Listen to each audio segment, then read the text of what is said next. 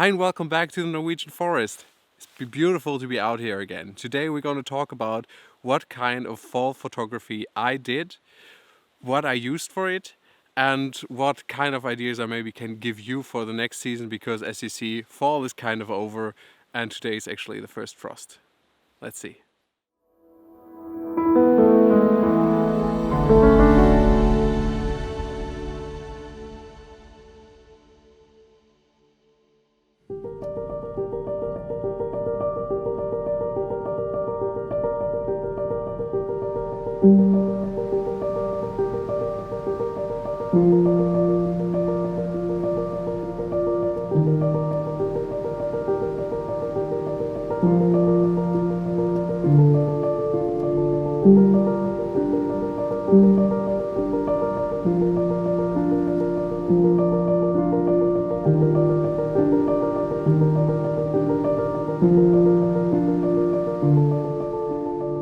First of all, I want to talk a bit about what I bring in my backpack for this kind of season. I was a bit busy this fall, so I didn't have time to go on much, but I didn't want to carry so much when I went out. So I brought lens-wise, I brought 24-70, always good with a really open aperture, so 2.8 is really useful. Then the 70 to 100, 2.8, and with those lenses is really good because it's good for landscape and good for portraits at the same time, and also the 24-70 good for night photography. Just bring a macro lens because there's all things growing in the forest still in fall, or you have small details, you have colored leaves on the floor, already brownish, maybe with some frost on them, maybe with some water on them. So just bring the macro lens any case. It's normally, most macro lenses are really light as well, and that's what you should bring in any case. Then as well, don't forget the tripod, and then a few more things is a variable ND filter is always useful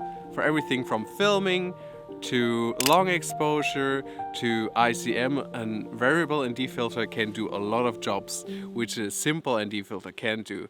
So you save yourself bringing a lot of filters, just bring that one.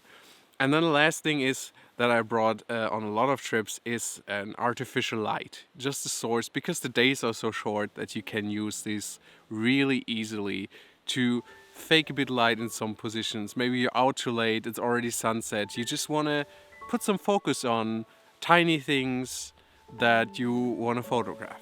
So these few things I always bring with me, and that really helps out to take various fall compositions and kind of photos. You may be seeing I'm sitting in the pine forest right now. This is the forest of Anne's sister and her husband. They own this forest, and right now, for all the wildlife fans, I'm preparing for next season, because in this forest there is pine marten, there's capercaillie, there is red deer, roe deer, moose, badger, a lot of different things. Potentially also with a long-term effort you could see some different bigger birds like the goshawk that we had last year in a height which is not area-wise so far from here, and just maybe also sparrowhawks. Just working on these things right now. I don't have enough time to make a full-fledged wildlife video like my standard is, so I'm not doing those right now. Just so busy with the dog, but he's getting older, he's really nice, he's really friendly, he likes to learn really fast, and I'm pretty sure soon he can stay a bit more alone at home. So wildlife videos are coming soon.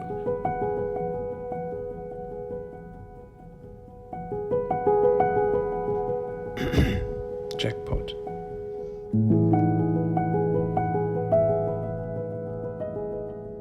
But let's talk about the photos that I got this fall. I'm not gonna say that they're particularly great, but they are an example of what you can do.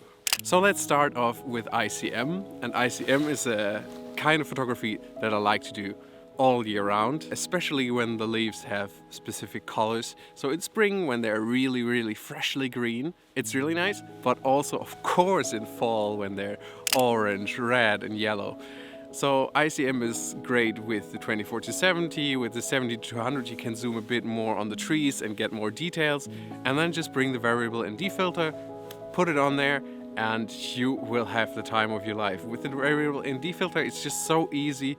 You don't really need a 10 stop or anything. With that filter, you can just at 2 seconds shutter speed, 2.5 seconds, you can just easily do those shots. And what I will do is normally I don't use a tripod. Some people recommend a tripod. I think handheld gives you so much more possibilities to just turn the camera in different angles than just up and down or left to right. So I would really recommend you use your handheld techniques and just try yourself out. Turn around different tree trunks and just get mad with that basically. So just keep in mind, handheld variable ND filter, maybe put on like 2 seconds. So you press, you go into the movement, and then you basically get a really nice photo. And that works also on wildlife. I want to use that and try that next year with long exposures in wildlife to get a more artistic flair to photos. The next thing the variable ND filter will help you also with is long exposures. And long exposures to flatten out water. A 10 stop, for example, is always really good, but for rivers and waterfalls, it's just too much. Then you get this completely marshmallow water, and that can be nice, that can be your style, but I prefer shutter stops of as well, like 2 seconds max there, a fifth, a tenth, just to get some more structure into your shots. And then the variable ND filter, really good for double exposures and long exposures, like medium long exposures, let's say, or short long exposures. But with the variable ND filter, the great advantage is that you don't have to change your aperture, you don't have to change your ISO, you just change the shutter speed and the intensity of your filter. So you basically get a kind of really steady exposure over your different shots, and that's why I would use it like that.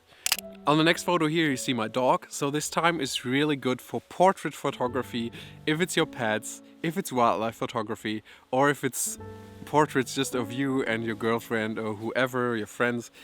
It's just a beautiful time because the light gets a bit better all day around. Still noon and fall a bit problematic here in the north, but the end of the days and the beginning of the days the light gets a bit more usable, especially for portrait photos. I shot Phoenix here in some brownish ferns, and I think that works really good. So bring your pet, have some snacks, hopefully they listen better than my dog at that time, and just basically take a lot of portrait photos because these colors are just so nice contrast to what you normally get. Next thing on the list would be macrophotography, and here it is really important to have your tripod with you and just set it into the right position and then focus stack through the whole photo. It's a little work afterwards, but in Photoshop you can simply take and select focus areas with the software. So that makes the process normally a bit easier, but if you're more artistic, if you think it works better, you can just paint out the focused areas. And I did that with a mushroom, and in that mushroom I also brought in artificial light, because with the artificial light I could just do a photo at a time where I couldn't do it if I wanted to, because it was just sunset. I didn't have much time at that time over the days, so I came out and I just turned on the fake light, the artificial light, gave some extra kind of feeling to the photo, and you also have the sunset still doing something in the bokeh. I really love that, and next year I want to really focus more on the mushrooms when they come out. And maybe get a close-up filter. I heard that those exist. I didn't know that there are close-up filters, which makes it even more macro feeling like. So then just focus stack your photos, and it's a lot of fun, and it's just something new to do. I think if you only focus on one kind of photography, you get a bit worn out. So it's really nice in fall. You can try so many things. The last photo I have for you today is from a cabin trip to Åseral. You're soon gonna see it on a specific separate video, which belongs to a trip through Norway, and that's our first trip with Phoenix, the dog. I always say that, Phoenix, the dog, where we go to Åseral, and now in fall you can finally really take night sky photos again.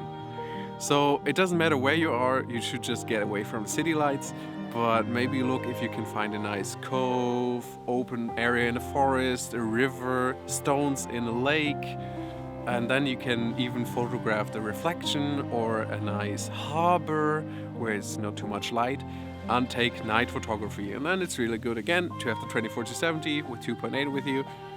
Works really well on that. And you can also do time lapses. So let's just sum that up. Do ICM, be creative.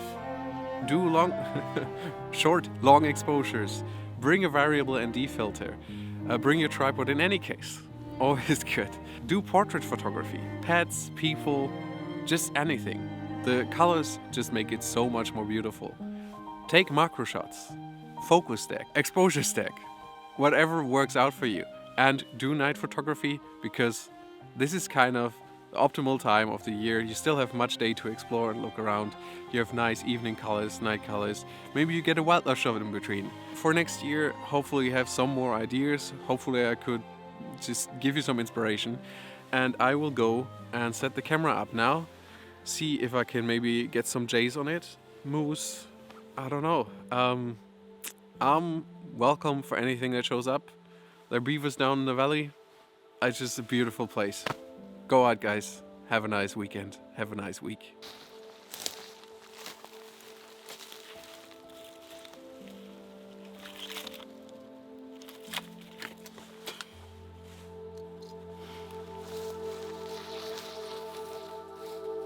Thank you.